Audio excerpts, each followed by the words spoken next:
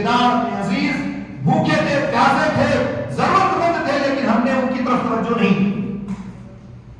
ہم خوب bank balance کرتے تھے، مال کو جمع کر کے رکھتے تھے، لیکن ہماری توجہ اس بات پر نہیں تھی کہ ہمارا ساتھی، ہمارا پڑوسی کیسا ہے، یا ہمارے گھر والے کیسے ہیں، کیسے کھا رہے ہیں، کیسے پی رہے ہیں. ہمیں فکر نہیں تھی. مسکینوں کو کھانا نہیں کھلاتے تھے، ہم نے اس پر توجہ ہی نہیں دیا. اچھا، مسکینوں کو کھانا کھلانا اور ایک ہوتا ہے مسکینوں کو کھانا کھلانے پر ابھارنا.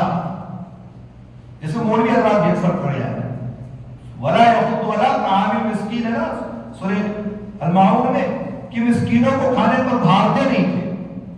اس لیے اللہ نے اگر کسی کو علم دے رکھا ہے، کسی کو ہنر دے رکھا ہے، کسی کو اللہ نے ٹیلنٹ دے رکھا ہے کہ کسی کو کسی چیز پر ابھارے ہو، جیسے آپ توحید کی دعوت دیتے ہیں، آپ اخلاقیات کی تعلیم دیتے ہیں، آپ قرآن کی تعلیم دیتے ہیں، ایسے ہی آپ موقع بموقع لوگوں کو کھانا کھلانے پر، یتیموں کی، بیواؤں کی، بے سہارا کی، تمام لوگوں کو جو ہے دیکھ ریکھ کرنے پر بھی لوگوں کو ابھارا کریں. چونکہ ہر شخص یہ کام نہیں ہوتا ہے کہ ہر شخص ہر کام کرے. ممکن ہے اللہ تعالیٰ نے کسی کو کوئی ہنر دے رکھا ہے، کسی کو کوئی ہنر دے رکھا ہے. کسی کی زبان میں تاثیر ہوتی ہے، وہ ایک بار کہہ دیتا ہے تو وہ شخص اس کی بات کو ٹالتا نہیں ہے. اور کوئی ایسا نہیں ہوتا کہ 100 بار کہتا ہے اس کی بات نہیں، چھوڑو یار، کیا اس کے پیچھے پڑے رہتے ہو، ہے نا. مسکینوں کو کھانا نہیں کھلاتے تھے، خود کھاتے تھے، لیکن ہماری توجہ مسکینوں پر نہیں ہوتی تھی. معلوم یہ ہوا کہ ایک طرف حقوق اللہ اور دوسری طرف حقوق العباد. ہماری کمی، ہماری کوتاہی اللہ کے حق میں بھی تھی، اور ہماری کمی اور ہماری کوتاہی بندوں کے حق میں بھی تھی. نماز اللہ کا حق ہے اور مسکینوں غریبوں کو کھلانا بندوں کا حق ہے. دونوں میں ہم کوتاہ تھے، دونوں میں ہم سست پڑ گئے، اور اس کے بدولت ہم جہنم میں آ گئے. اس لیے جہنم میں جانے کا سبب اللہ کا حق کا چھوڑنے بھی اور ادھر بندوں کے حق کو نہ ادا کرنے پر بھی دونوں جرم ہمارے سامنے ہیں. تیسرا جرم وَكُنَّا نَخُوضُ مَعَ الْخَائِضِينَ. ہماری محفلیں، ہماری مجلسیں، ہماری بیٹھک، ہمارا ملنا جلنا، لوگوں سے تعلقات ایسے لوگوں سے تھا جہاں اسلام کے خلاف باتیں ہوتی تھی، جہاں لوگ اسلام، علماء، اہل علم پر طعن و تشنیع کرتے تھے، لوگ انگلیاں اٹھاتے تھے، اور ہم بھی ہاں ملاتے تھے. ہم بھی اس مجلسوں میں بیٹھتے تھے، اور ہمارے دوست، ہمارے احباب، ہمارے ساتھی ایسے تھے کہ ہم اس کو مذاق بنا لیتے تھے، مذاق بنا کر کے بیٹھے رہتے تھے. دوست سے پہچانا جاتا ہے، اس لیے ہر شخص کو چاہیے کہ وہ دیکھے کہ اس کا دوست کون ہے. آپ کا دوست بے نمازی ہے، آپ کا دوست بے راہ ہے، آپ کا دوست مشرک ہے، آپ کا دوست بدعتی ہے، آپ کا دوست کافر ہے، آپ کا دوست ایسا ہے جو اسلام مخالف ہے، دہریہ ہے، آپ کا دوست ایسا ہے جو دین سے کوسوں دور ہے، اور آپ کی اس سے بڑی گہری دوستی ہے، اس کے ساتھ اٹھنا بیٹھنا، کھانا پینا، چلنا پھرنا، سفر، سب کچھ اسی کے ساتھ ہے. آپ اپنا اثر اس پر نہیں ڈال پا رہے ہیں، لیکن اس نے اپنا اثر آپ پر ڈال دیا. آپ کی مجلس، آپ کی محفل، آپ کے دوست، آپ کے احباب کیسے ہیں، اس پر غور کرنا ہوگا. اگر آپ نے اپنی مجلسوں کا خیال نہ کیا، خوش قسمت ہے وہ لوگ جو ایسی مجلسوں میں شرکت کرتے ہیں، ایسی مجلسوں میں بیٹھتے ہیں. یقین مانیے ایسی مجلسیں، ایسی محفلیں اگر آپ کو مل جائے تو میں سمجھتا ہوں کہ اس سے بہترین وقت آپ کے پاس نہیں گزرتا ہے کہیں. ورنہ مارکیٹ و بازار میں کتنے لوگ ایسے ہیں جو گھوم رہے ہیں، موبائل چلا رہے ہیں، بیٹھے ہیں اس کونے اس کونے، اس گلی اس کوچے میں، کوئی پان کھا رہا بیٹھ کے، کوئی تمباکو کھا رہا ہے، کوئی موبائل چلا رہا ہے، کوئی نیٹ چلا رہا ہے. آپ سے بہتر کون ہو سکتا ہے جو اللہ رسول کی باتیں سننے کے لیے بیٹھا ہے؟